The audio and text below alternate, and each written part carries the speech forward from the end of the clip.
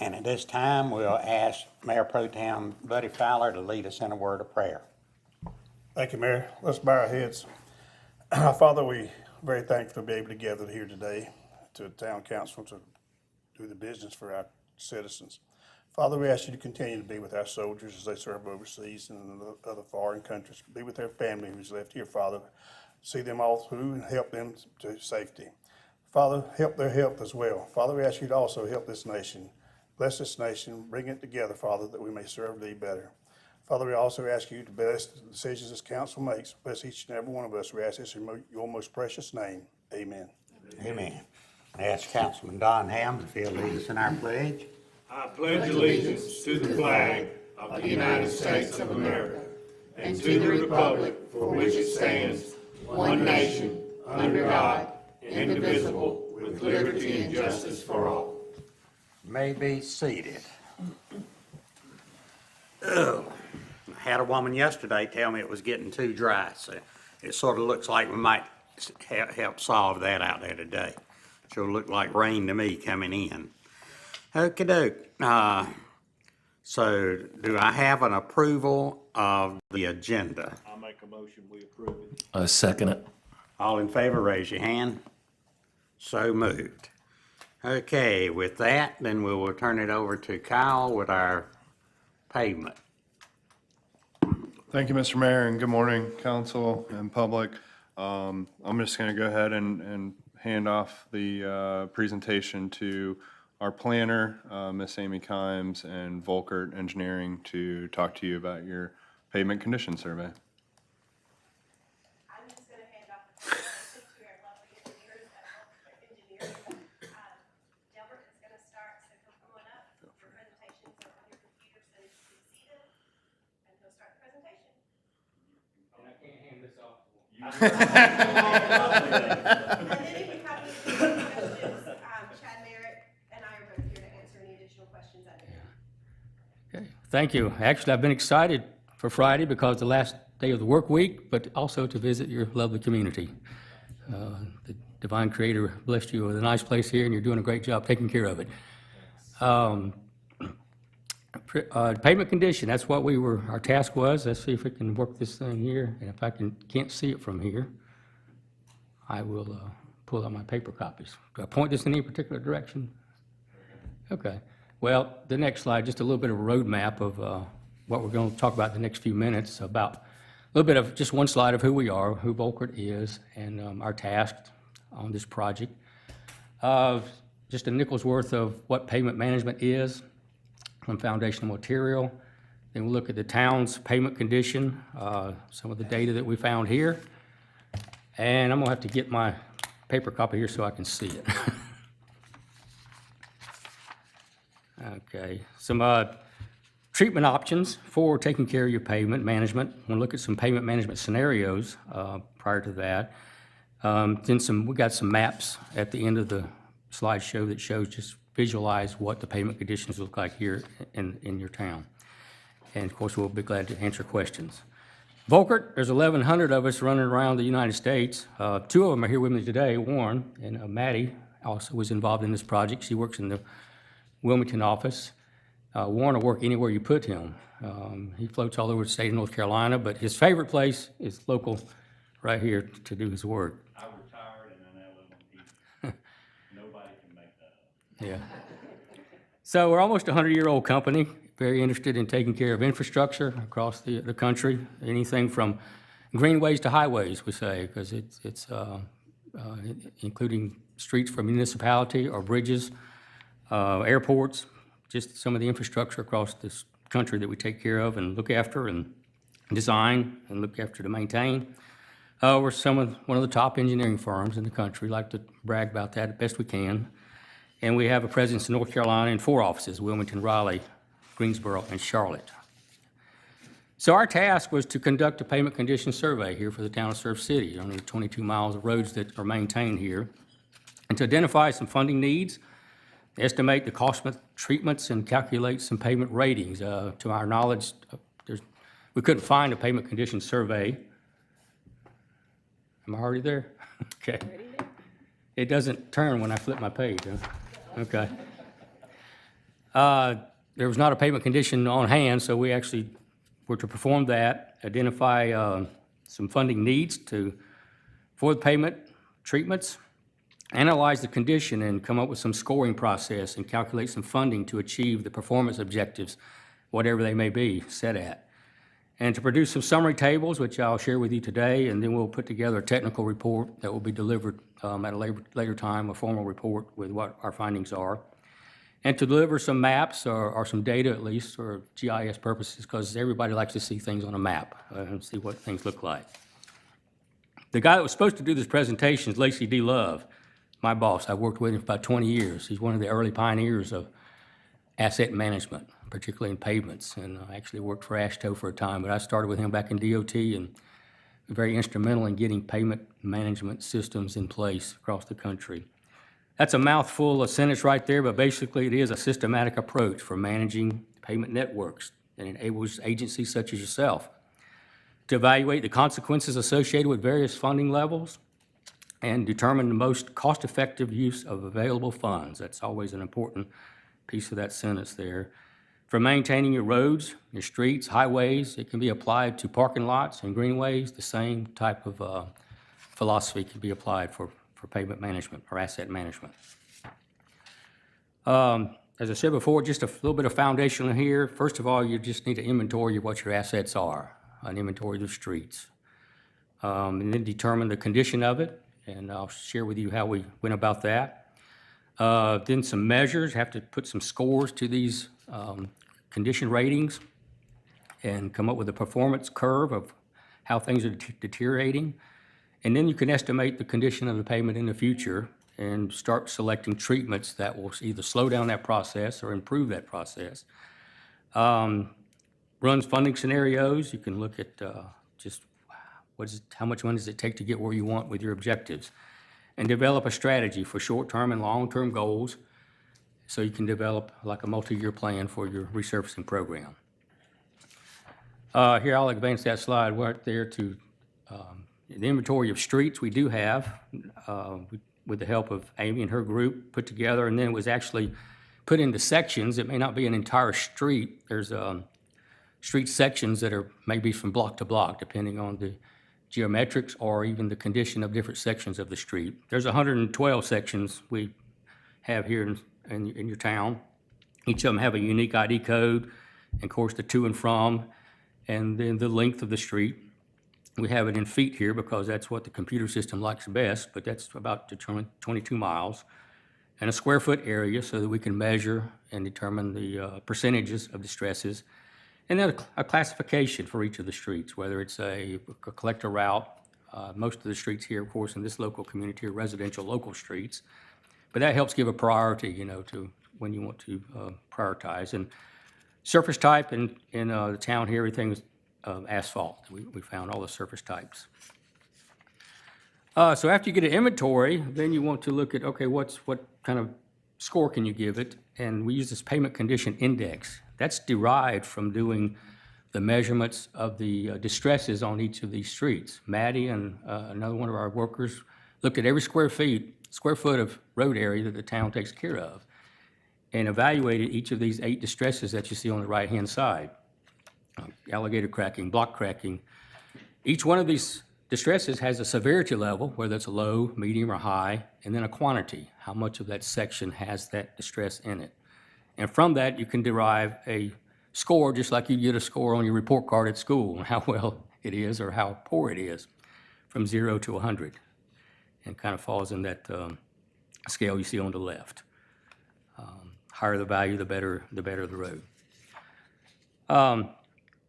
So once we get all of them scored, every road with a score on it, then you can break that up into some condition categories, subdivide that into what we would call a group of roads that would fall in that 86 to 100 range would be very good, or poor, just like we'd have on a report card. A C level might be a fair. These numerical scales, 71 to 80. And these can be set at whatever the manager wants to set them at. But we did work with Amy and Chad, and of course these were the ranges that we came up with for the town of Surf City to categorize these. You can see 40 2%, 43% are in very good. So nearly 50% are above that fair line. Then there's about 20% there that fall in that fair category, and maybe roughly 30% that fall below the fair. And these are the ones that you start getting phone calls about, usually, on roads. And what do these look like? When you get in that very good condition, it starts out with brand-new pavement, 100, just like North Topsail was done, is this year, last year? Very, very, very new. You can see the picture there. It's very new pavement. But one of the things to point out on this slide is as soon as they load the paving machine on the trailer and drive away, the second law of thermodynamics kicks in, entropy kicks in, and it starts on that deterioration curve. Tortuga there is maybe, 4 or 5 years old, and you can already see a difference. It's on that deterioration curve, what would be called weathering. There's no other distresses on Tortuga. There's no rutting, cracking, or anything, but just simply what happens over time, naturally, decay of asphalt.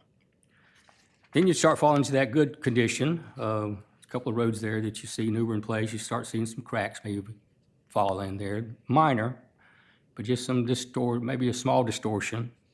And this is the time when you start looking, okay, what can we do to prevent it from going further? The cost treatments of a road like this would be very minimal compared to a road that's cracked all to pieces.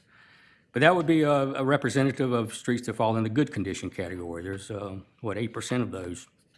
And then in the fair category, 71 to 80, you start seeing more distresses. First Street over on the very right hand of that picture, you can see some alligator cracking forming there, maybe in a light to medium mode, and then some distortions where you see water collecting there. It starts to accelerate even the decay of the subbase, and the road starts going downhill from fair into your next one, would be poor condition.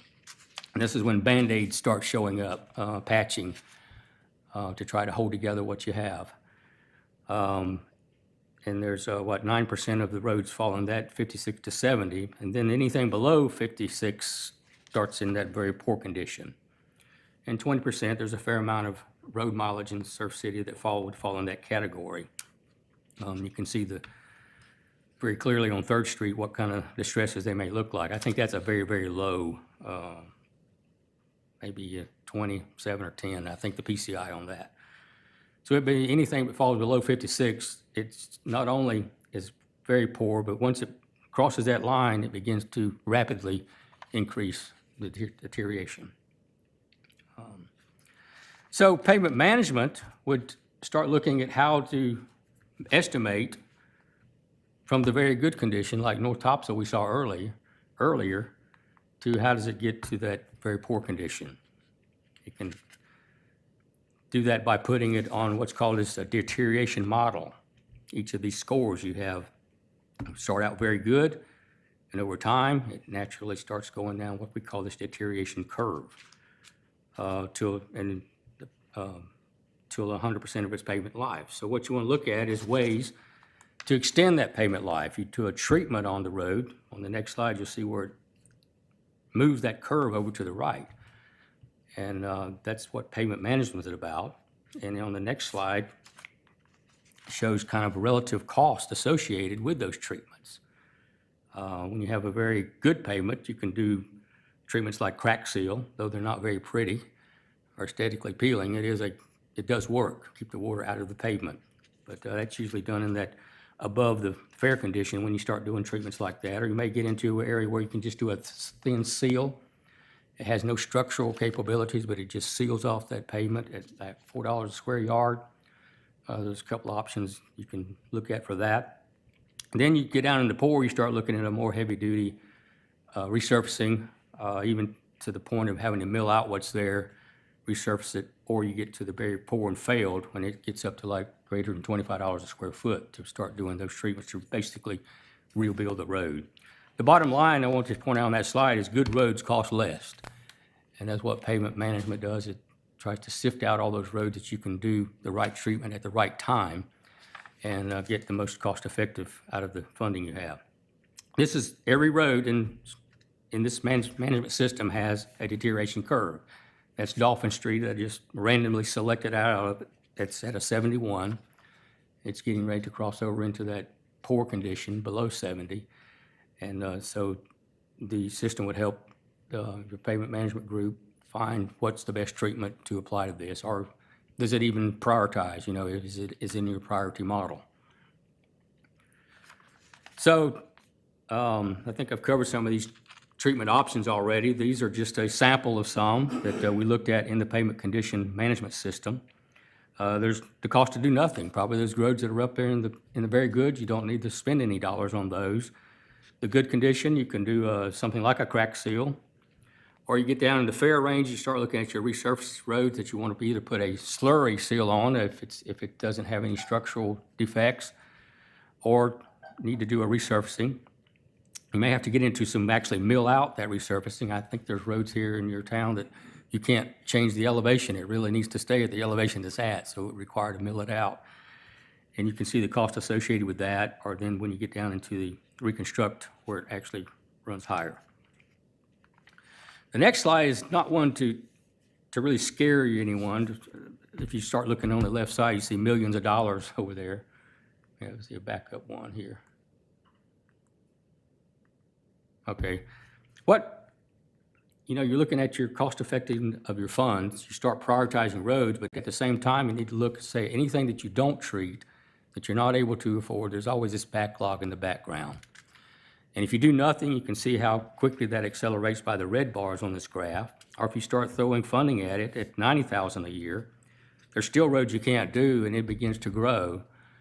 And well, I guess pavement management keeps an eye on this because you want to look at it to see if you can at least slow it down.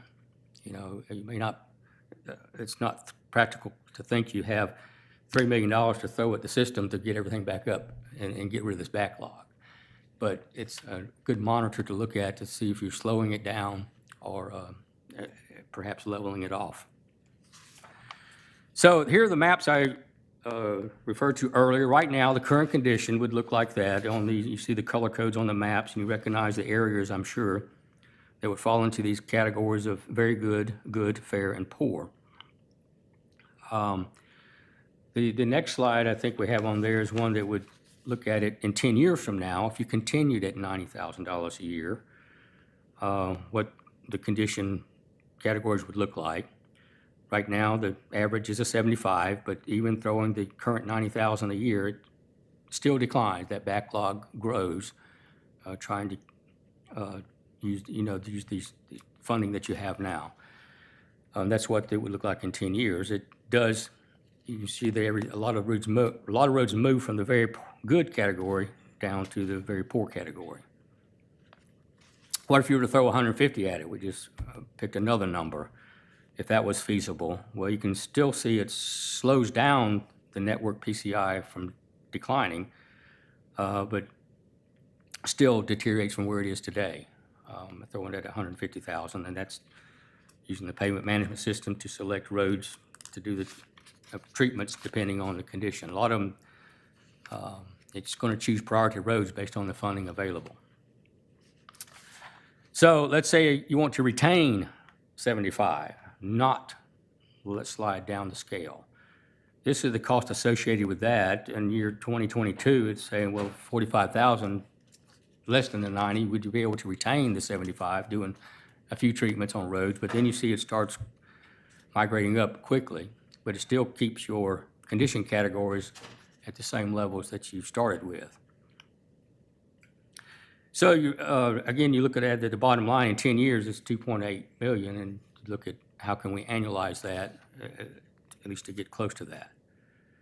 There's one more scenario you can look at is say, okay, we want to raise the level from 75 up to 80. We want to actually increase the level, and you can see the cost associated with actually doing that. Now, the computer system has the budget set in there at a interest and inflation rate built in, so you can see that first year they hit it real hard because the system says, well, it's cheaper to do it now than later, and that's why you would see a large number in that first year. But practically speaking, you would actually look at your bottom line over 10 years or 5 years, whatever time frame you'd want to, and annualize it from there. And that sums up the payment condition and our findings for Town of Surf City. I'll be open to any questions. As a base cost to use our POW money, right? Yes. That's a big chunk of the 90, I think.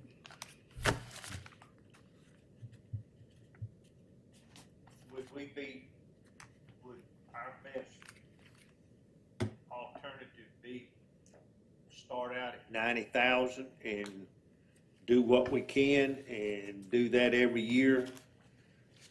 Would that finally get us into where we need to be with our roads? No, based on what we're finding now, the 90,000, you certainly don't want to back off of that. That's why we were in the position we're in right now with the roads, is because we only putting 90,000 in. Yeah, it continued, the PCI average continues on the downward Yeah. slope there. I don't know what slide it is, I guess it's second to last. I'm sorry, second to last, right? Is that getting the roads up to good and then sustaining them over time, or what's, it seems like we're just chasing our tail. My ideal scenario would be, what does it cost to get us to good or better than fair? And then what does it cost to sustain that over time? But before, if you don't have that answer today, that's what I would be most interested in. But going back to your firm being the best engineer close to the top in the country, are there other alternatives to paving the road? I mean, we pave the roads since I was born the same method, it appears, and I'm wondering with where we are technology-wise, how isn't there a better sustainable alternative than paving and treating these roads to try to extend their life expectancy? No, I mean, engineers will tell you a concrete road will last way longer, but the investment to do that is astronomical as well. I mean, you probably have the most practical pavement structure you can have here for this environment.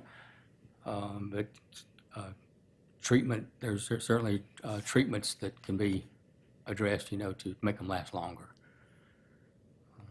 And then to my original question, the I guess the revenue model that you present here, where does that get us? Are we constantly chasing after just very poor roads, or what is the goal? Well, no, that's why we did one. I think we showed one moving things to an 80, which actually puts things into what's called the good category. Target-driven scenario, PCI equals 80, is that the Yes, slide? yeah. And then below, you can kind of see the investment it would Okay, I take to see do that. that. But this is where I explained that first year is a big hit because the computer system says it's cheaper to do it now, so do it. But we'd actually look at that more over an annualized cost. So 3.5 million over 10 years? Yes. Okay. All right, thank you. Mr. Torres, one of the things I wanted to add was one of the things about Fowler is the computer program that they are using. We receive that program as a part of it, so we can go in and play with those fundings, like when we go to council next year for budget season. We can go in and we can put different amounts in there and talk about it and see where it puts us. We have that program now, and then it is a small amount to keep and maintain that program. So all the information is in there. We'll need to reevaluate the streets and do this again every so many years. But by maintaining that program, we as the town have the ability to go in there and show we fixed this road, and this road this year, and recalculate every year for budgeting purposes. So I just want to. And it also allows you to enter the improvements that you do over the next year into it, and it takes that into consideration. So each year we'll be able to come up with a new list of the roads that need to be fixed, and then where that is from a monetary standpoint during budget season. All right, thank you, guys. Thank you. So probably one thing we need to do is, as a town, is to come up and figure out how much we can put into a paving budget. Ideally, what we would like to see from staff standpoint is that council has an agreed upon standard in which we want to achieve. So, we can put that in a numerical value now that we have this information, and then be able to report to you as to what that's going to look like year over year.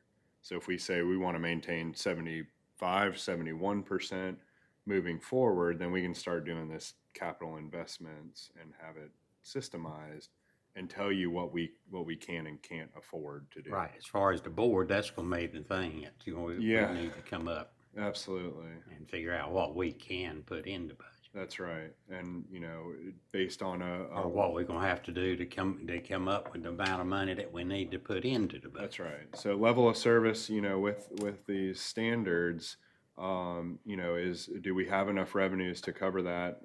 Knowing what our Powell bill number looks like, how much on top of that are we gonna have to put in? Can we afford it? You know, what other options are out there to get to that level? And then again, what is the priority of the town to have pristine roads, you know, or whatever the level is that we want to achieve. But this is a fantastic first step. You know, I think something that we've been striving for a long time, and I think this will at least give us the tools to be able to systematically start approaching these, as opposed to just doing a project a year and then not knowing where we're at. Because if, you know, we do that one project this year and we don't do the other one, or don't do just a simple treatment to it, we've deteriorated that road 5 years per se. Right. So yeah, it's a good first step in us moving forward to this systematic approach. So. And if we get this lined up, there may be some funding in this new, if they ever pass any of it, infrastructure bill Yeah, potentially. that we could get to help do this. Yep. We would know the projects that are coming up and try to go after them. Yeah. You know, this gives us a home base and gives us a roadmap of how we can plan. I think probably Amy and Kyle needs to get together and look at our plans of how they think, looking at it to present it to us budget-wise and what it would cost us on a yearly basis. Because each year would be different, and the needs each year would be different. But try to get us to a certain level and bring it back to us as 2 or 3 different options to consider, and the amount of money that it's going to take. Because I think we got, usually $90,000 from the Powell bill we get. Yeah, I think 82 maybe, I think is what it is. Really close to that. So if we're looking at bringing it up to $150,000, and we're looking at putting in $65,000 roughly from our Yeah. budget standpoint. Yep. So we got to, y'all, when I say y'all get together, y'all get to do and figure that up and show us how it works. Absolutely. Yep. But we want to get your guys' thoughts on potential policy to help drive that decision. But we'll bring you back scenarios when the time, you know, when the budget time is right as to what we're looking at with this. So. Okay, now, will you, when we come up and we say these streets are the ones we want to do, then who will decide what needs to be done to the streets? So, they created this database for us and provided that to us, so we'll be able to go into the database and play with it and make decisions from it. They basically built what we needed to be able to make these decisions in a way that the public can easily see, because you're getting calls that says, my road is the worst road in the town, it's horrible, how can you allow me to live here? And then, you know, somebody else is calling and making the same statement. Now we have a way to prioritize and say, this road is actually the worst street in the whole town. Neither one of y'all live on it. Or, yes, you're correct, you do have the worst street in the town. So it gives us a way for the public to be able to look at and see clearly what we're doing, why we're making the choices we're making. And then it gives us the ability to go in there and make different decisions based on the amount of money that we have, such as doing some of the cheaper pavement preservation options that will, that if we do them now, it's going to extend the life of our road significantly. And then maybe next year we budget for some of the bigger projects, because we know hopefully the police department is going to be sold and we're going to have some different, you know, revenue options. So this gives us the ability to internally play with that without having to continue to engage an engineering service to do it. But we would know, Amy, just say, we'll just say Shell Street, you know, we know that that's going to be on the list for next year. But this report and data will tell us that Shell Street warrants a slurry seal or whatever it might be. But Yes. it's going to That's tell what us I'm saying. exactly what we need to be doing. Yes. Okay. We chose, so there's a whole list of options that you can do in there. And we sat down with Volkert and went through and said, these are the ones that the town is willing to consider because these are the ones that are more acceptable and used in eastern North Carolina versus things that work in the mountains or in, another state with another climate. So we went through and narrowed those down and said, this is what we're willing to use. And then the program says, all right, the score of the road was this, then we should choose this, or we should choose that, based on the options that we gave it as choices of treatments that we as the town are willing to do. Like, there are certain things that the public is going to see as a negative treatment that we didn't do. There's certain things that wouldn't work as well in this region that we chose not to do. So we have a list of options, and the program takes the score and chooses the option based on that score. Okay. Forget the public now. Yes, Okay, I know you're an engineer. I am. Right. Okay. Then, would you be the one making the decision to where it needs to be, a slurry coat or a grind? The final decision would be yeah. made between the planning department and the streets director. So we would work on it together, and the final decision would be made by us. The computer program is a good starting point, but if we go out there and say, it deteriorated, something happened, we don't quite agree with it, then the final decision, we're not just going to take what the program says and do it wholesale. The final decision would be made between the planning director and the streets director. Okay. And so, yeah. All right. I'm not doubting anybody, but what I'm saying is that the way we're gonna get the best job for our money? In other words, or did we spend extra money doing something that we really didn't need to do? That's where Chris and I will sit down and go through and look at the output of what they suggest, and then we can tweak the program and decide kind of what we want to do. So we may look at the first year, we only have 90,000, so let's do all system preservation because that's a lot of bang for your buck. Right. And then next year, if we have more money, then we'll look at some of those more in-depth. But we don't want to let our roads fall to the point that we're doing full depth restoration like we had to do after Hurricane Florence. We all know how expensive doing that is. So we want to put money in keeping our roads up. And that's what this program helps us see, is which ones can not get away, but can utilize the system preservation versus a full depth or a reconstruction Okay, that's what I'm approach. saying. Because I think we're better off making our own mine instead of asking the paving company what is best. No, this is independent of the paving company. We won't ask Okay, the paving all right, company that's their right, yeah. opinion, but this gives Right. us the tools to start with and puts all the data in one place for us to look at. Okay, This, gotcha. this, That sounds good to me. and this changes that scenario, Mr. Mayor, that we are then saying, professional company, we are asking you to do X, Y, and Z. Right, We're not asking your opinion. We're telling you to bid on this specific job that we want you to do. right. That's Yeah, what I think we need to Yep, do. absolutely. This gets us in that position. Okay, Yep. all right, sounds good. I appreciate you for your work, appreciate you gentlemen for your work, and, thank you. I think it'll be great in the long run. Okay, anybody else got anything they want to say? I'm looking forward to it. Yep. I'm looking forward to it being implemented and moving forward.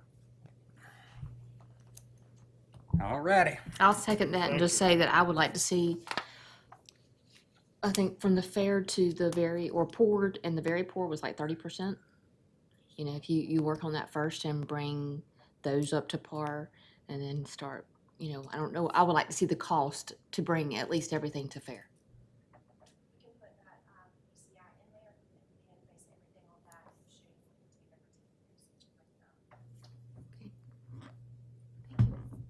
And then you can decide where we're gonna get the money.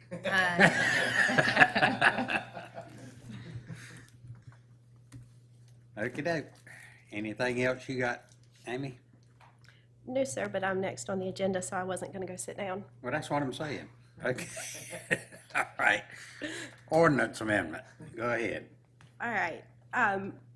So all of y'all are aware that personal motorized watercraft rentals has become a concern in the town because we had a new person move in on a piece of property that had a special use permit that did not allow that person to move in and begin operation. So in zoning, our intent is always to bring people into compliance with their zoning. It's not necessarily to find people and to do all of that. It's to work with our businesses or our individuals and bring them into compliance as long as that is feasible.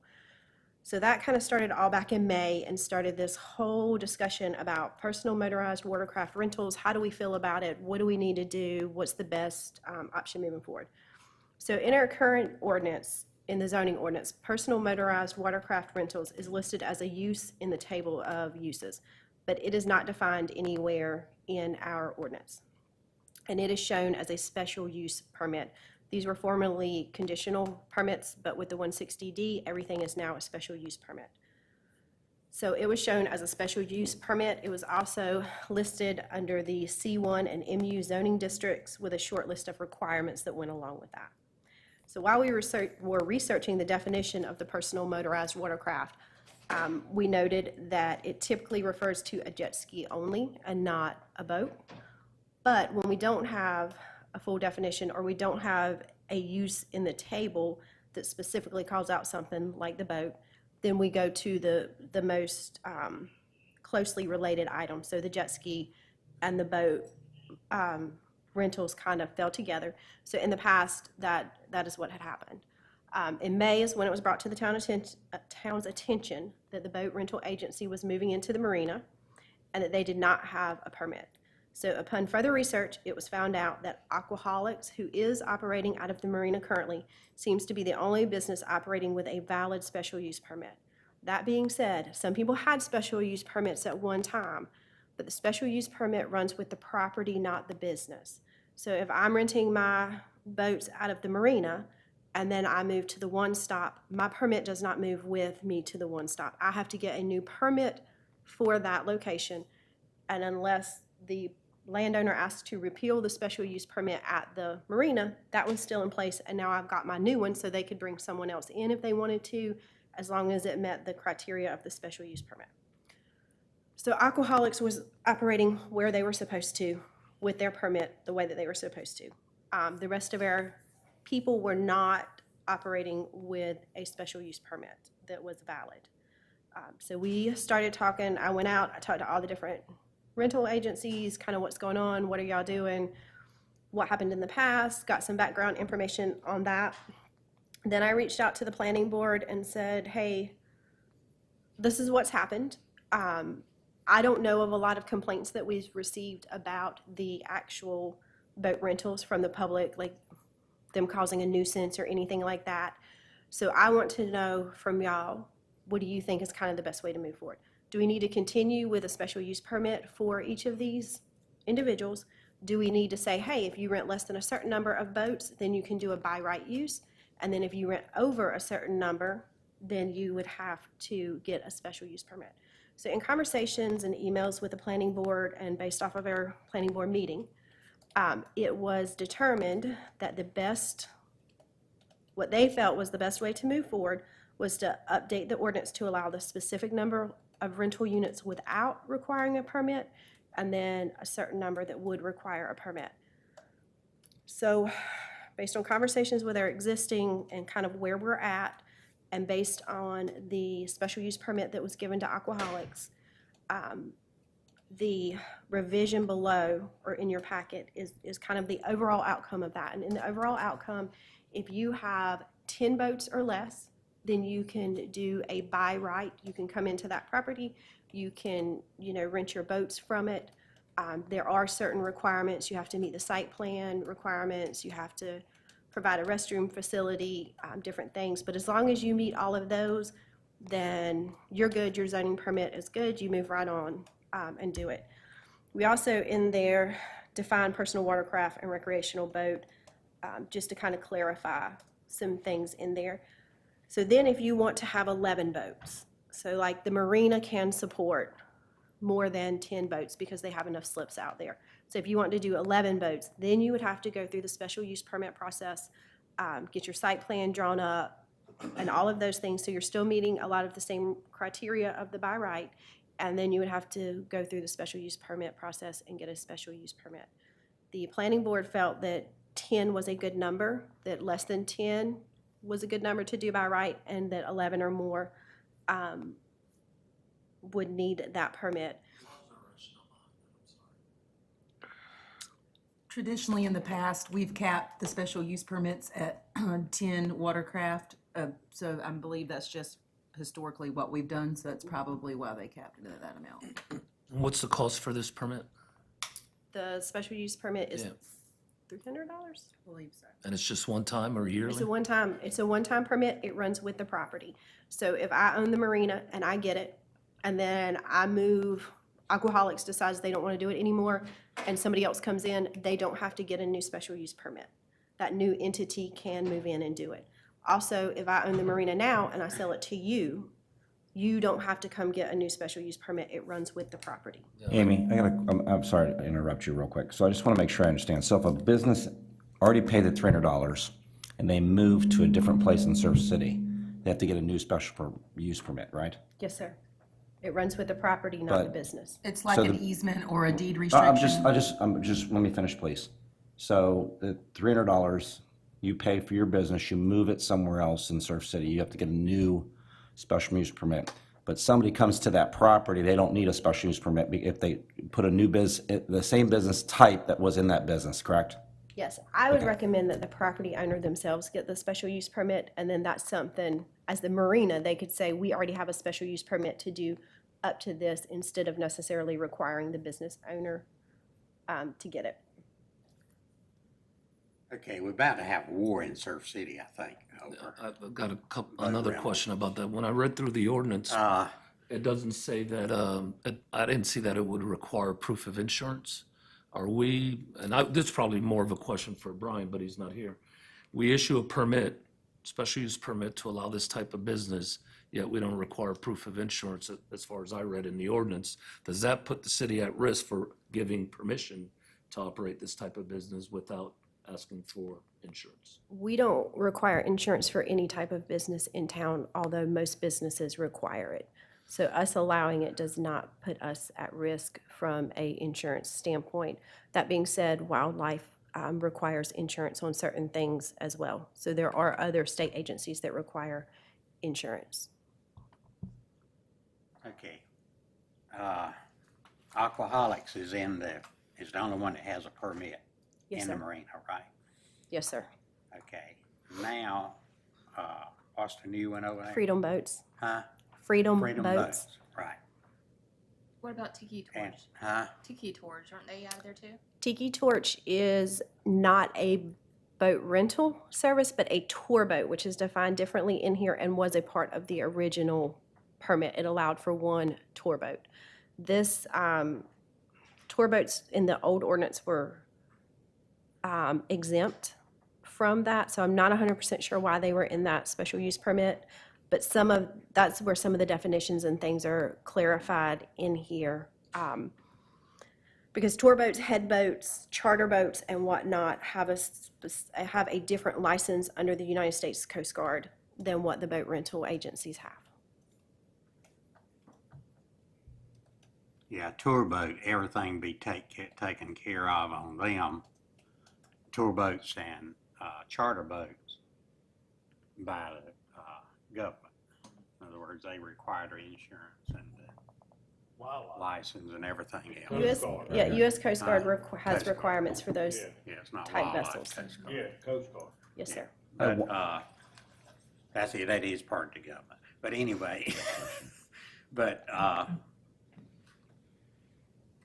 one problem that came up to me was, Aquaholics claims that they are being run out of the marina because the new company is paying higher rent, which I know we can't do anything about that.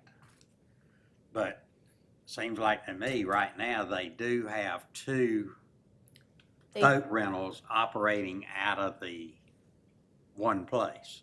Correct, and that's why I started with in zoning. It is their desire to work with the property owners and the businesses to come into compliance and to not immediately go to shutdown. So Mr., I can't think of his last name, Zach? Not Peoples, Mr. Peoples is, He's somewhere else. yeah, That's he's what brought all another this up. story. The man with Freedom Boats, whose name escapes me, is currently, he has engaged an engineering firm. They are working on a site plan, and they are intending on submitting for a amended special use permit for the marina property. And that will be brought to us. But I have reached out to him, and I checked this week with him to see where we were, and they have engaged a firm to help them meet our requirements. Amy, I noticed in this ordinance, it talks about a restroom for each facility, correct? Because I don't think any of them have that. Is that correct? Aquaholics had to put in an extra bathroom at the back of the old Spuddy's building that was separate as a part of theirs, and that is where that came from. So does The that, one then would stop- that cover, there's two in the marina, do they have to have two restrooms, or is that one restroom cover for both? I'm just curious. From my personal standpoint, if the marina is willing if the marina is willing to allow the boat rental to use their bathroom, as long as there is access to that bathroom, I would not say that they have to have another one. The guy at One Stop did have a porta-john out there quite a bit of the summer. So there is an option in here to have, you can put a porta-john out there for the season. It just has to be tied down, and if a hurricane's coming, you need to maybe move it. Do we have any control of how many boats they can put in a slip? We do not control the number of boats, whether the dockage facility is managed by CAMA. So they come in and say how many slips you have, how many you have before you become an actual marina, and whether you're considered a less dock or whatnot. But we don't say, well, that's wide enough, you can fit 3 boats in there, so that's okay, even though it was originally only set up for 2. Or one? Yeah. Or 1, yes, sir. We are not, that would be a CAMA regulation. Okay. What about the fire department? Would they be involved in that? The fire department is involved to the extent that when it is a marina, there are certain requirements at a certain number of slips. Correct. So the fire code comes into play if you have 6 or more boat slips. Then it just requires fire protection on the dock. So when it comes down to what is a slip, that's kind of a gray area in the fire code right now. However, CAMA is the organization that actually defines what a slip is, and their definition, and depends on when you go get your permit, they're the ones that tell you, hey, you can have 6 slips here, you can have 28 slips here, and then that falls into different criteria of how you're going to provide your fire protection, and then when it comes down to what else you're going to do, it may require special use permits or whatever. But from the fire code standpoint, anything that has 6 or more slips is defined by CAMA, is the way we look at it, is requires fire protection. And that's really the only requirements that are going to come into play from the fire protection side. Okay. But these are just things that we're gonna need to look at. So if this passes today, I will reach out to everyone that has less than 10, every property that has less than 10 boats on it, and they will need to come into compliance by submitting the site plan and whatnot. They won't have to come through the special use permit process because that will no longer be a part of it. But because they've kind of moved around without getting zoning permits or whatnot, they'll need to come in compliance with that. So when they submit their site plan, it'll go through a typical TRC review, which will include fire, police, streets and whatnot, public utilities, to look at it and make comment on things like that. This will require a public hearing, so it'll be an item up for public hearing at our September 7th meeting. So today, this is just for consideration, and unless we to need put it to on make amendments, I just need a consensus to move forward, Okay. if that's what y'all would like today. All right. Do we have a consensus to move forward with this? Let me Put it make a on the- statement if I could, Doug. Okay, go ahead. Try to clear up some of this to make sure that we all understand it. I think Jeremy, to his point, was that If a business comes in and gets the permit and moves, then they've already paid the $300. If they go to the other place and then move, they'll pay the $300. I think the solution that the planning board came up with in your recommendation was to have it tied to the property. So whomever the business is and wherever they move to, they don't have that expense, it's the property owner. And if the property owner rents that slip or rents that property, that permit goes with the property. So that would take care of that situation. I agree with that. Dwight's comment about, worried about the liability for the town. I think in the past, and it has been our area, we won't have any liability to that because all we're doing is giving permission. We're not operating or being part of the operation of that business. So I think we need to deal with what was presented and trying to bring compliance into something that has not been officially regulated before. And bring everybody into compliance in a nice way. And I think your recommendation you've got here would do that. But it was good, valid questions from everyone that had them. So I'm for doing this. But what you're saying is the permit would be put in the name of the property owner, right? It doesn't have to be, but it runs with the property. So the permit is really in address 302 North Shore Drive. That's what I'm It's saying. not It's really in in it. anybody's name. It's tied to the property itself. And I'm not sure if we can legally regulate that we mandate that the landowner get the permit rather than the business owner. Same as Yeah, we if it's a can't shell regulate. building, we can't decide who's going to pay the water sewer fees on a shell, even though those fees would remain with the building, not with the business if they were to leave. Yes, correct. The owner signs off on the application as the Yeah, landowner, but okay, that's I- what I'm we saying, can't. but I mean, we've got to get permission from the owner. Yes, we just can't mandate who pays the fee for the And that's permit. the only one you need a permission from is the owner, right? So there were three options here. Are we voting on or trying to get a consensus? Excuse me, trying to get a consensus on one of these three to put on the agenda? Or what was the yes, sir. recommendation from the planning board? From the planning board, it was item 3, which is to update the ordinance to allow for a specific number of rental units without requiring a permit, but require a special use permit for any number greater than the chosen number. So we chose at planning board 10. And then if you scroll down and look at the proposed additions to the supplemental district regulation and whatnot, that is all reflective of item number 3. Okay, thank you. I'm in agreement. Okay. Okay, everybody's in agreement. Thank you. All right, Stephanie, we can put it on the next meeting. All right. Well, I guess we're back to Kyle again now. Parking capacity. Yes, sir, Mr. Mayor. So we budgeted for this project and put out a request for proposals latter part of July to try to get some qualified consultants to help us do a parking capacity analysis. It's been part of our discussions, been highlighted with the implementation of our parking management and paid parking program. So we did receive 2 proposals. Those were evaluated based on the items that we were seeking to extract from the study. There's a bullet point list of items that we have put out asking the consultant to respond to. So that's within your memo. I won't go through all of them. I will say that both of the proposals that were submitted were comprehensive in their approach, met the standards that we were seeking, and ultimately a recommendation was made to work with Rich and Associates to complete the study. One, because they added an element in there to conduct stakeholder interviews and public interviews, especially engaging some of our business owners and how this process has worked or not worked for them, and what their needs may be. And then ultimately a cost.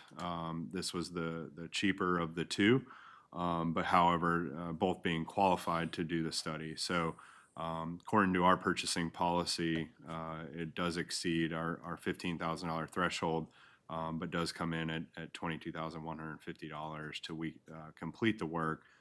in approximately 3 to 4 months. And in speaking with them, having the additional data, they will come to Surf City, but having the additional data available from Pivot and being able to work with our company that manages our paid parking will be instrumental in hopefully providing a good product.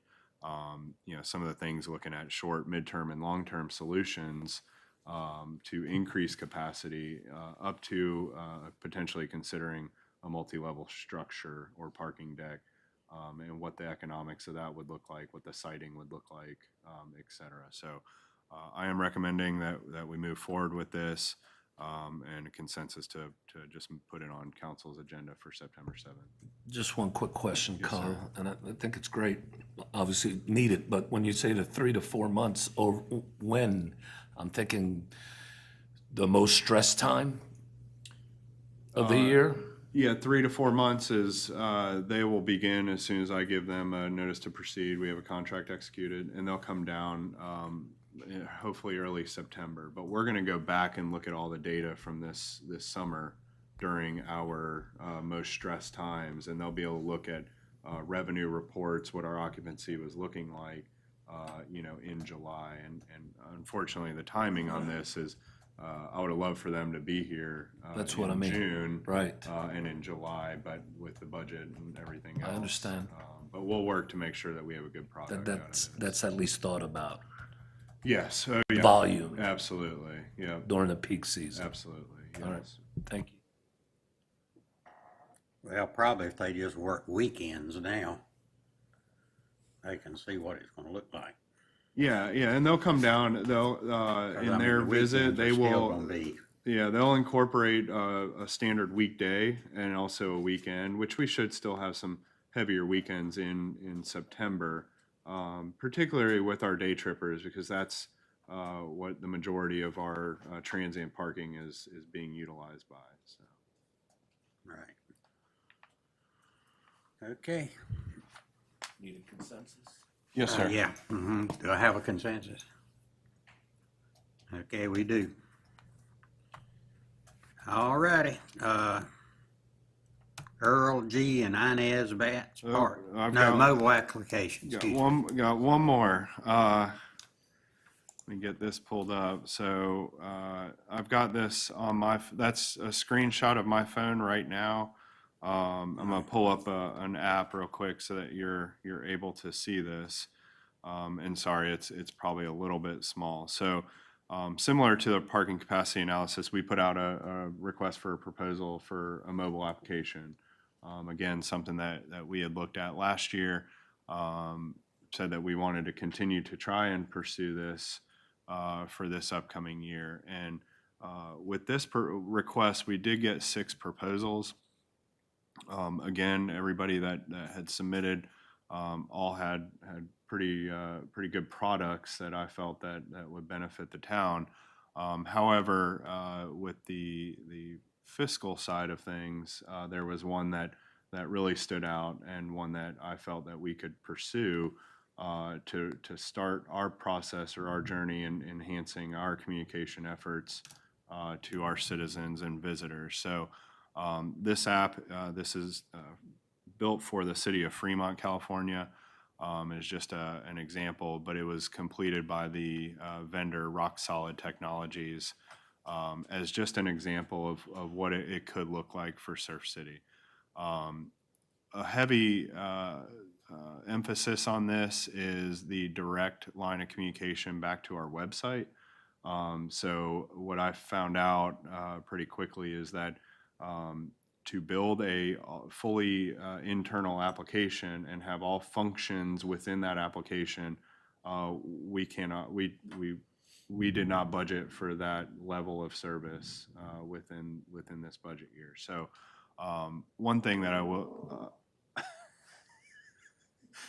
Tell him about it. My bad, girl. You didn't agree with that? She didn't like that idea. So what this still can do is allow people to subscribe to channels, specific channels, and what we would do is choose what we felt are going to be top priorities for our residents to get access to. So whether that be contacting a council member, understanding what beach rules or beach conditions may look like, weather, things of that nature, we can make those decisions. And with the subscription for those channels, people can still elect to what they receive notifications for. For example, if we have town event calendar as one of our icons up there, and people subscribe to, they want to know what's going on in the town for event purposes, we could send a notification, hey, don't forget that we have a Memorial Day celebration at Soundside Park tomorrow at 9 a.m. And we could push that easily through a mobile application. Parking we can incorporate. So again, our options are really open with it. The one downside I did see with it, that it's not fully within an application. It does revert back to the website for a lot of the information, but it will force the town to make sure that the website stays up to date. Kept up. And that we are utilizing the functions that are available to us through Civic Plus, who's the vendor that hosts our website, to provide additional features for our residents. Another example might be this vegetative debris, service request, and we can build that into the app. So this does not require council's approval to move forward for, according to our purchasing policy, as an annual contract is about $11,400. But I did want to bring it to council, see if you had any input. I can, just real quick go to police, and it's going to pull up information on the police. So, for example, there's things about us, police reports, join our team. There's a red light camera program, traffic complaints, animal services, etc. So that just gives you kind of an example of what we can have on there, and then again our website reflecting the information that we're trying to put out. This is the agendas for their council meeting. So it's just a one-click, easy to find, as opposed to things getting buried within our total website if somebody goes to surfcitync.gov to try to find something. So this proposal is to develop the app, Yes, sir. and then the cost is $11,000 a year to sustain the app? And with support, yes, sir. Okay. Yep. And the initial cost? 11,000. Okay. Yep. So that would be per year for startup for everything to get this rolled out. There's no additional costs associated with it. So we're not talking about 11,000 and then 11,000 per year. No, sir. Nope. It would just be, yep, Just one. 11,000. No, and that's then- what could understand what you were saying. And then next year, we would budget for the same amount. And then if we get through 2 years and we say, really isn't working for our citizens, we might only get, 200 downloads. People just aren't interested. Right. We'll be able to report that back. But this gives us, in my opinion, a stepping stone towards, What we were talking about doing before. Yeah. Okay. So again, if you want to go look at it, City of Fremont, California is one. Savannah, Georgia uses the same vendor. And it's really just a way to get the information directly to the resident without having to dig through a website for that kind of stuff. So.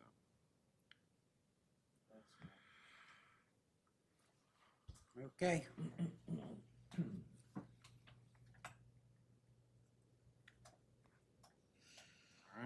Anything else?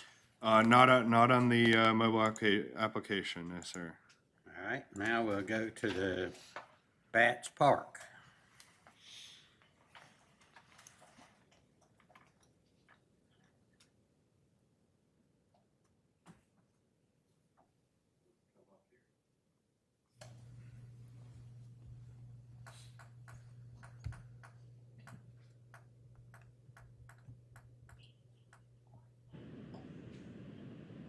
We saw you. Yeah, that's not what I was going for. All right. So I wanted to take a moment because I like to at least update you on the Earl G. and Inez Bats Recreation Complex. This is a project that we continue to work on. Obviously, it's still in a holding pattern, waiting for some funding. Actually sitting, watching a meeting now where the part of committee is discussing some funding. So, just kind of give you an oversight. This was the conceptual plan that we put together, worked with McAdams. This plan incorporated data that we received from the community. We put all of those components. We show how it can fit within that 54 acres of property. This includes, as you see, is a 2 multi-use fields, a softball, baseball field, inclusive playground, tennis courts, volleyball courts, trails, skate park, swimming pool, and some parking areas. This it's adjacent to our current community center park. And when we conducted some of the surveys for this actual land, these were some of the different responses that we got. And what I've given you all is basically the master plan that was put together, as well as the survey. So that's more for your reading pleasure, so you'll have that moving forward. If you've ever got any questions about it, you're welcome to come to me, and I can help explain any of those. What I've provided here is basically when we ask what new facilities people would like to have at this new recreation complex, this gives you a picture of what the responses were. Obviously the walking and biking always seems to be at the top of the list. We are fulfilling that request and that need within this facility and within this parkland. Some of the other areas that we look at, 18-hole disc golf course, that has also been incorporated in this land. Athletic fields is another thing that we've put on the conceptual plan. Inclusive playground is what we're currently pursuing. Outdoor pickleball courts we have not put on there, but that is a possibility as well. Outdoor swimming pool has been included on this conceptual plan. Public fishing area is currently being worked on, but it's being worked on our current community park land, which is the pond that we have adjacent to the community center. Then we have the sand volleyball courts, which are being included in this conceptual plan. Shelters, skate park, both included in this conceptual plan. Tennis courts, and so on. So this shows you that we continue to go with what our plans are, what our feedback is from our community. This is not something that we just wake up in the morning and determine that this is what we want to build. So this is just a kind of a snapshot. Currently, phase one is got the current financial status with that. The town has appropriated $147,000 to match funding with grants that we currently have pending. The grants that we currently have pending are the NCRPA grant, which is $500,000, the LWCF grant, which is $500,000, the BERT grant, which was $75,000, which has been awarded, and a private donation of $50,000, which is pending as long as everything starts to move forward. We have the current phase one plan includes a skate park, 100% inclusive playground, 2 sand volleyball courts, shelter, restroom, trails, and 18-hole disc golf course. We've kind of moved into the point where we've applied for the funding, we've got the plans together. I'm in a holding pattern, but I don't want to pass up funding. So what I'm proposing today and what I've discussed with the Parks, Recreation, Tourism Advisory Committee is a phase two proposal, which allows us to have a plan on what we would like to pursue, for phase two of this recreation complex. It was voted on, and we were looking at pursuing the 2 multi-use fields, which is approximately about a $900,000 project. We currently have soccer, t-ball, coach pitch, flag football. Those are very popular programs. We just did registration for the fall. we had 562 children who have, have registered to participate in fall soccer. We're not even close to, I mean, we still got, I think, a couple of weeks left in registration, and they're still coming in, and we're gonna have to turn kids away. It makes it very difficult for us to be able to do practices when we have that many children. We don't have enough fields. Their practice times are cut short. During the fall, it gets dark a lot sooner, so that means that games have to end sooner, parents have to get there quicker, have to leave work earlier. So we want to be able to try to fix that and also expand the program so that we don't have to turn away kids. This multi-use field complex, or part of this, the amenities within this, our recreation complex would be a lighted field, it would be irrigated, it would include bleachers, and we would have shelters there for use if we needed for, if we had some kind of tournament. Right now, we can't even hold really any kind of tournaments if we wanted to do something to draw people in. So we want to get to the point where if we wanted to do some kind of local tournament, that we would be able to do that. That helps with a lot with our economic impact and being able to draw people in, put heads in beds. The funding options for this still stand very similar to what we have in everything and what I've kind of recommended. Right now, town funding would be to be determined. That would be based on what funding sources we reach out to and what the cost of the project is. NCRPA, we would want to try to submit something around the 375, LWCF 375,000, allow those two to match each other, and then seek other grant funding. And the reason why I don't, it's hard when you go after 500,000, which is the maximum that LWCF and part of have currently.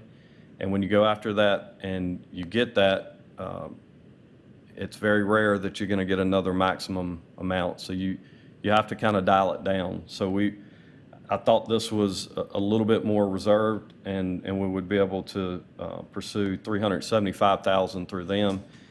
If we did so, then roughly that leaves us about 750,000 in funding.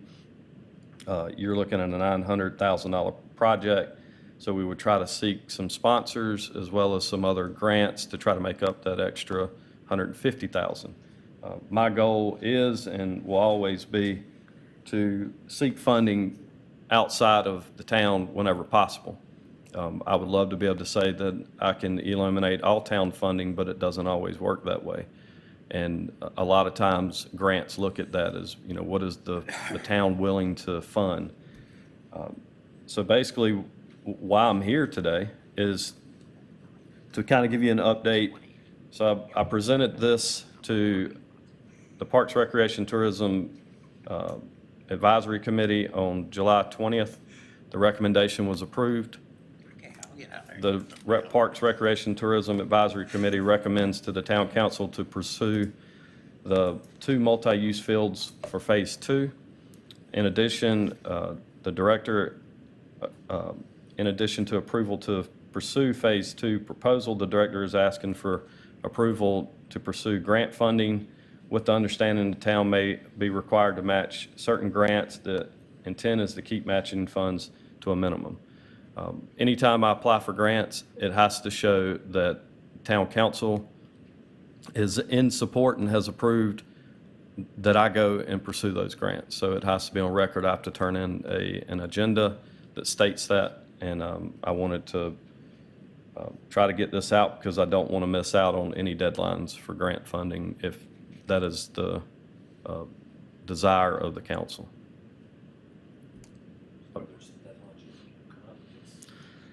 Well, right now, I do have a grant that I can apply for, which I already have. We're fortunate because we have a conceptual plan together. We already have basically templates for this grant, but October, I do have a grant that we are eligible to apply for. So if, if we decide that we want to pursue that grant and the council would like me to pursue that grant, then that's my intent, so. So we need it on the agenda for September. Okay. Yeah. And if you have any questions on any of that, then obviously I'm here to answer those or even after the meeting, so. Yes, as Parks and Recreation liaison, I would recommend to the council to certainly put this on the agenda and pass it. Chad has done a phenomenal job of getting us grants, saving us money, and allowing us to continue to move forward with our parks and recreation programs, and a few other things. So I would definitely say we need to get his to stay on task and not miss an opportunity to get grant. And applying for grants is a tedious job. It is demanding, takes a lot of time. And the time that Chad has spent and his staff has spent getting ready and submitting grants for us and getting the money for us is phenomenal. And I want to recognize them for that, and certainly hope the council can support going forward with trying to seek grant money. Time consuming and kills a lot of trees. Yeah, if you've seen what I have to turn in, it's be a pretty pack that impressive. And it's a lot of detail, but we're ahead of the curve on that because we've, as we continue to apply, I'm able to use those same templates that I've worked to put together, so it's not having to recreate everything, so that's a little bit easier. But it's definitely a time-consuming task for sure, so. Yeah, I've got to say, you have done a good job applying for grants. I wish I had a better answer for the LWCF right now. That's been, part of us actually ran 2 cycles before they've made the determination or the awards for their first cycle. So it's sometimes you have to wait, and patience is part of the game. So. Yeah. And I'm actually sitting here trying to figure out if we're getting if we're gonna. Our project was actually nominated for the McIntyre Award money, so that actually helped us have an extra chance. But you know, you're up against several others, so we should hear something back from that. I just got a text at 10:30 they will resume. So. Okay. Let's put it on the agenda for September. Yep. All right. Thank you. We have a consensus. Yeah, we do. Thanks, Chuck. Thanks. While Chad's going back, I'd like to just ask the council, or point something out to the council. I don't know if you have looked at your town council folders, but there's always, we started in May, I believe it was, putting the minutes from the Parks and Recreation meetings in there for you to look at. It has a lot of information. I advise you to certainly look at that on a monthly basis, because we meet and we do put it in there. We have a lot of committees that is under Parks and Rec. One of the things that I found interesting in our last meeting was that we have a pedestrian counter over at the bridge, and the July 3rd traffic was over 600 people crossing the bridge. This is pedestrians now, not vehicles. Walkers. We had that going on. And then we have a counter at Roland Beach Access. And at Roland Beach Access on July the 3rd, there was over 5,000 people used that access alone.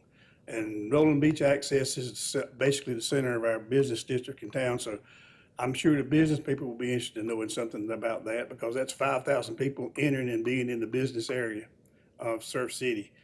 We haven't got any vehicle count, but the total number of pedestrians using the bridge for July was over 60,000 people. That's a lot of people.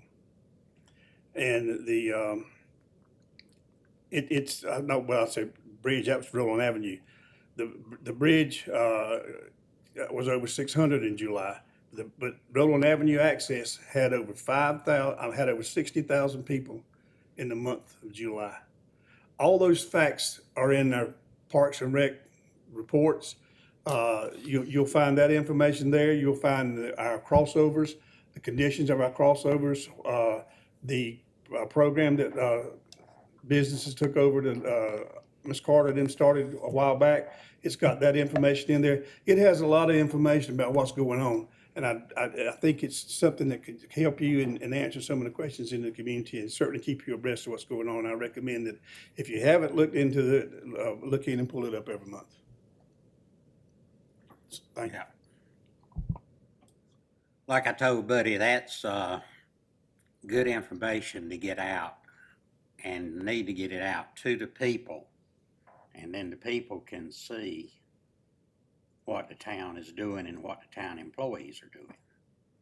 And it's good for all departments to put out their accomplishments, and just to let everybody know what the people are doing that's in the town. You know, sometimes the average citizen doesn't have any idea how much time a town employee spends doing what. You know, they see them ride by every once in a while, but they don't really realize it. You know, fire department does a lot more than ride around. Police department does a lot more than ride around. So we need to get this information out to the citizens so that they know that they're doing things. I know the utilities department does a heck of a lot of work, but they really don't get credit for it.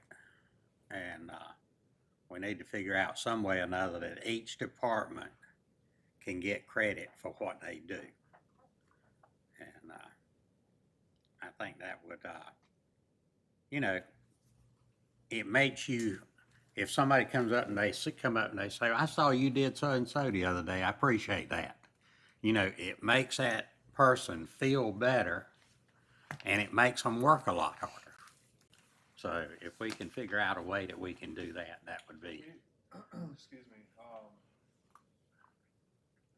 The information that department heads send me, Yeah. that includes work orders completed through utilities, all the information in the director's report in the RAC meetings, it all goes out in the biweekly update. So scroll through that. I know it's a long scroll, but it's all in there. I know that's for us, but we No, need that to goes to, how many people know that that information is there? That's what I'm saying. I send it to all the news media. I send it to, we put it on Facebook, we put it on the website. So even though when I email it to you, you don't see 100 other emails that I'm sending that to. And I've got 30, I think it keeps track. I think I've got 30,000 views of that biweekly update, cumulative, you know, over the last year and a half or so. People just need to go look. I mean, it's there. They just got to go scroll and find it. I know, that's the trouble, just getting people to look. Yeah, absolutely. So. Yeah. But anyway, we appreciate the work that they do. Absolutely. That's for sure. Absolutely. Okay, let's see. Mr. Mayor, I'll take the next two and prices here if you have any specific questions. These are some generally housekeeping items for our utilities department. The first one being the emergency water sales agreement that we've had in place for quite some time with Pender County. They had a minor change to item 6B to change the language to not have essentially what they felt was a sole discretion of Surf City to determine what appurtenances for the water system would need to be. So we've looked at that. We don't have any issue with it. So we're just trying to get that item cleared up and get this agreement in effect to move forward with. And then the second item is something new, which is essentially a data transfer agreement. So when we have a relationship with the Rocky Point Topsail Water and Sewer District, whereas the town is providing the sewer service and the county or the water and sewer district is providing the water, we have to be able to have some reciprocal ability to read data from meters, also to be able to have an opportunity for the county to cut water service if they have not paid a sewer bill. So this data transfer agreement lays all that out and will be a foundation for any future setups that we have. One thing that we do have is a $2 charge per account. But that's, something that we will factor into our cost of doing business. So just some housekeeping items for these agreements to have in place for our continued operations. So that account, that $2 per account, is that just the account that is on this? That's correct, yes, Yes, sir. okay. That has Rocky Point Topsail Water and Sewer District water and Town of Surf City sewer. Okay. So right now we will have two accounts. 2 more on the way. So be pretty minimal, but Yeah, something that we have to have in place. that's better than what we had with Onslow County to start with, right?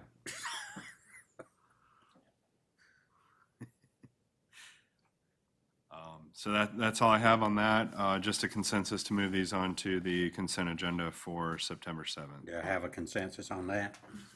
All in favor? Yeah, we do.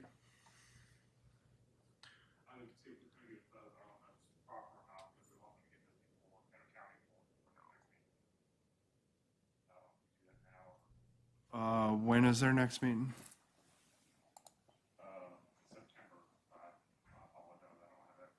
Okay.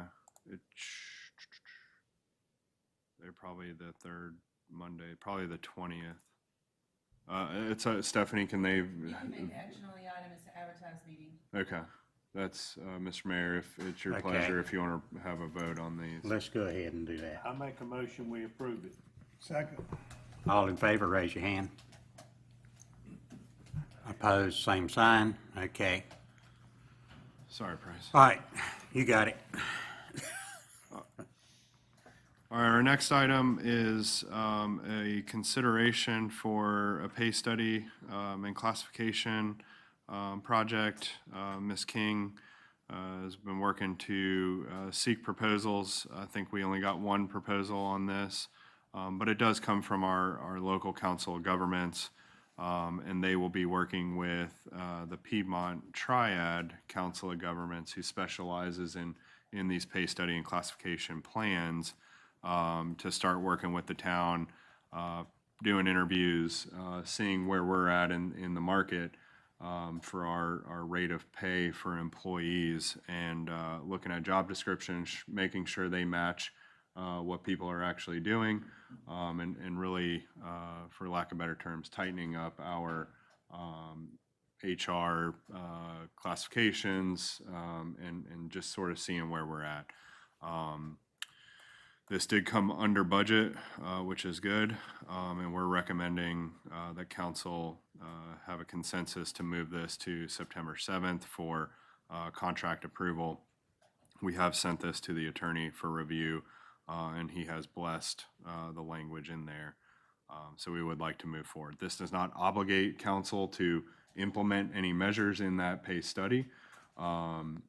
As a reminder, I think employees certainly are interested in where this comes in. And, if somebody currently in their position makes more than what the recommendation from the study is, it won't be a recommendation to reduce their salary. Oh, it won't? It will not. Shucks. So I did want to make sure that was clear in this process.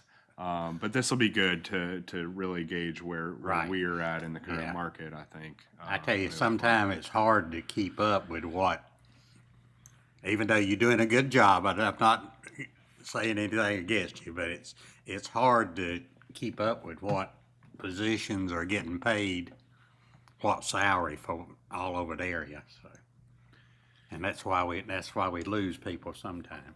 Yeah, sometimes it can have effect. And, Yeah. Again, I think that, the town has done a good job through my observations of some of the things that we've implemented. Right. Fire department, police department, and really working with other departments to have objective standards to be able to succeed and excel in their career in Surf City. So this will help that out a little bit. Yeah. You just need a consent. Just a consensus. Just yeah. a consensus. Do I have a consensus? Yes. Okay. You getting all this down? A lot of consensus today. Yeah, the quicker the better, I think. Yeah. The next item on the work session is essentially the contractual terms for the dump truck and chipper. Essentially, what we did as staff is we got together with our state contract vendor to really look at what some of the options were moving forward. Ultimately, what we decided on was to go forward in procuring a dump truck that does not require a CDL, so that we have more options for staff to operate the piece of equipment. And then the chipper is actually already on site. We did a demo with it, and we're not to use it until these types of things get moved forward in the process. But essentially, it'll be I think a 5-year term on the payments. Understanding that future acquisitions, we really are trying to budget for these larger capital expenditures and not have a leasing option for it. But Dave's worked with the finance company to assure that the leasing interest is as low as we can get it. And we do not have any penalty for early payment on this. So what the total obligation is for these acquisitions is less than what we budgeted for. So we do feel good about that, and just trying to potentially look at some additional procurement for our operations in the future.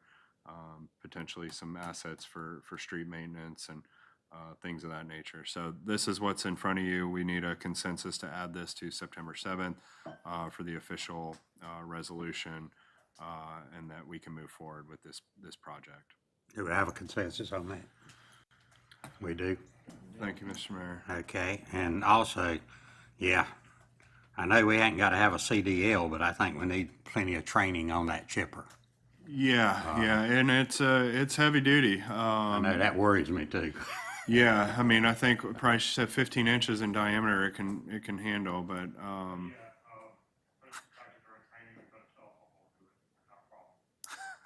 Okay.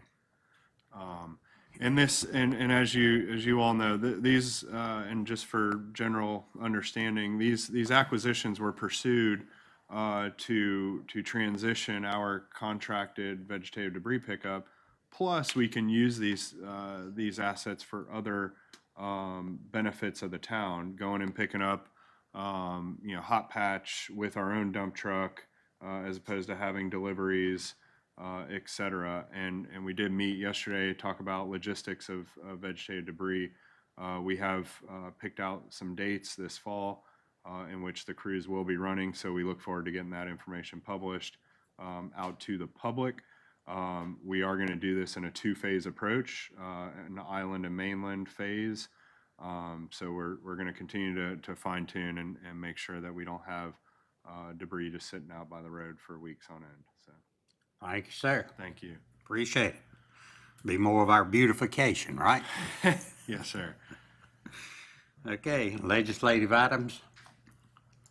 Okay, well, I finished listening to, unfortunately, I wasn't able to make the Zoom call on Tuesday in regards to the Rufa Red Knot, but I was able to go back and listen to the recorded discussion.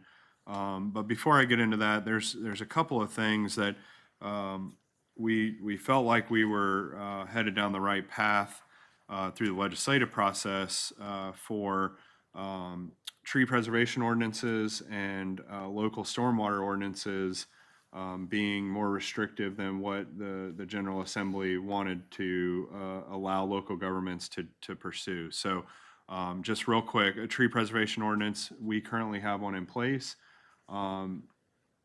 Our trees provide benefits to our community, especially being a barrier island, erosion control, stormwater, storm protection, et cetera. So the town, put this in place, I'm assuming many years ago, understanding the importance of it. So what the state, what potentially could happen is the state would preempt anything that we have had in place, and it would require us to go back to the General Assembly to ask special permission to be able to implement or enforce a tree preservation ordinance. So I wanted to bring that to your attention. It got put into the budget bill as sort of a quick insert. So, just wanted to bring that to your attention. The other item was stormwater ordinances, and the same exact process. This got shoved into the budget bill and basically would preempt local jurisdictions from having higher standards than what the state enforces. Right now, for projects that require a state permit, 10,000 square feet of impervious surface or more, we rely on the state to evaluate and issue that permit. We do not have a higher standard than the state. However, we do have individual site stormwater standards for residential and commercial to keep that stormwater on your property.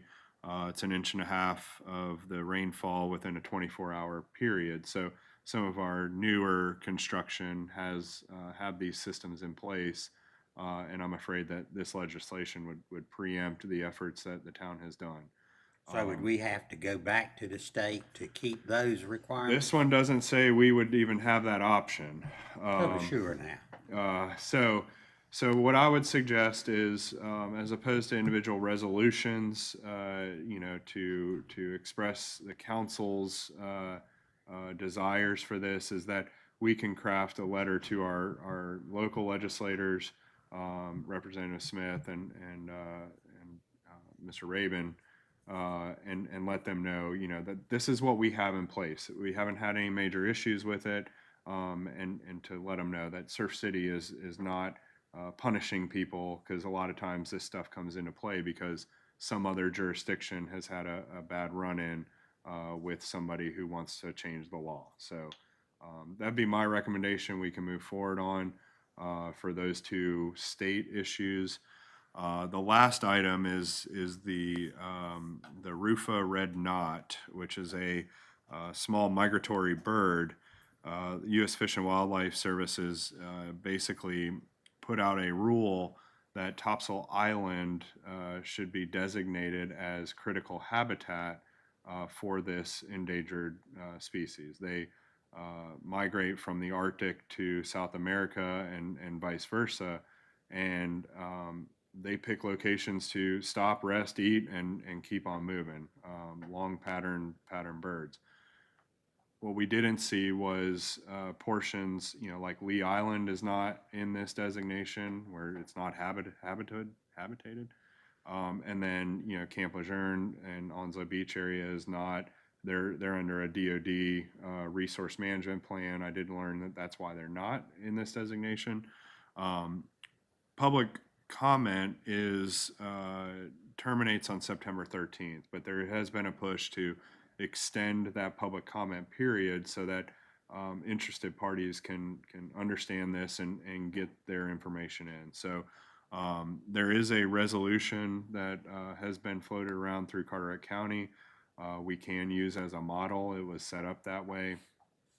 And we'll continue to work with, I think TISPC will be an appropriate avenue because TISPC as a group has already engaged Congressman McIntyre's office with Warden Smith. Well, hadn't Connie's already come up with a resolution, right? Yeah, we have, well, the one that I have from Carteret County. Yeah, and that's the one she's using?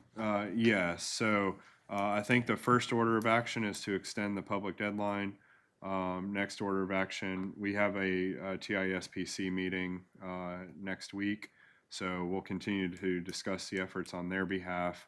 And if that group deems that local jurisdictions, it would warrant a individual resolution, we can have this prepared. And I think it would be good for us to be in lockstep with our colleagues over on the TISPC and try to voice our concerns with this. In listening to that call, U.S. Fish and Wildlife, sort of the note that I took was that they likened it to sea turtles and the piping plover, and that this would have similar effects to that, but there's nothing that there's nothing that we're not already doing as part of a merger process with the federal agencies to mitigate those impacts. So again, I don't know enough about it to, say this is going to be detrimental or to what extent it might have an impact. But I do feel like any federal designation of our island and our beachfront will have some sort of impact as we move forward with federal activities, which includes beach nourishment. That's what I'm saying. They liable to say, well, during the month of June and, Correct. December, you can't do any Any nourishment activities. nourishment Yep. activity because of the, what is it called? Red knot. Red knot. Yep. So we'll continue as, our representatives of TISPC to stay abreast of this issue. And I will tentatively work with Stephanie to have a Surf City resolution drafted so that if we feel we need to move forward with that September 7th, we'll be ready to execute that resolution and get it up to I change. guess, are they gonna give the red knots a fly plan so that they don't land on Camp Lejeune or don't Yes. land on Lee Island? Absolutely. You know, Yeah. From what I could tell is that this is sort of a unique thing that they're trying to do, and to blanketly designate an entire area, From Massachusetts to Texas. yeah, and pick yeah, and but choose taking areas. out all the government area. Well, or areas that, Lee Island, you can't, it's hard to imagine that there's not a observed population on Lee Island, but there is an observed population on Topsail Island. Yeah. So that's, it's a 1% applied to a assumption of population, and they found more than 100 birds on Topsail Island, which is why. And hadn't found any on Lee Island. I don't know. There's a lot of data that goes along with this stuff. I have not had a chance to put my nose into any of that stuff, so. But we'll pay attention Don't to have it. anything better to do? Well, they are charged with creating rules once habitat is determined to be have an endangered status. So I guess 5 or 6 years after this classification is now we're faced with a rule. So Well, take care of them. Yeah. All right, if we have no other business before us, do I have a motion to go into closed session? I make a motion, we go into closed session pursuant to NCGS 143-318.11, parentheses, A, parentheses, 6, personnel. Okay. I second it. We're gonna take a break for a minute.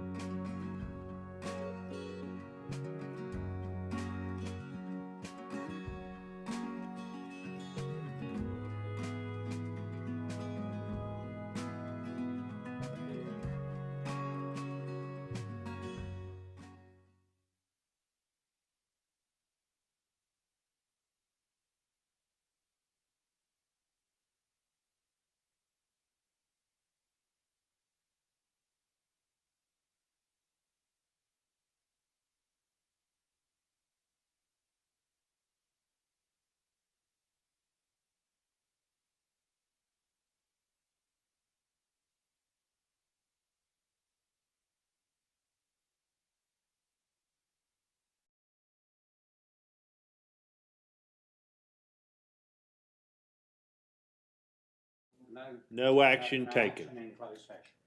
Okay. So motion to I have a adjourn. motion to adjourn. Motion to adjourn. Second. Okay.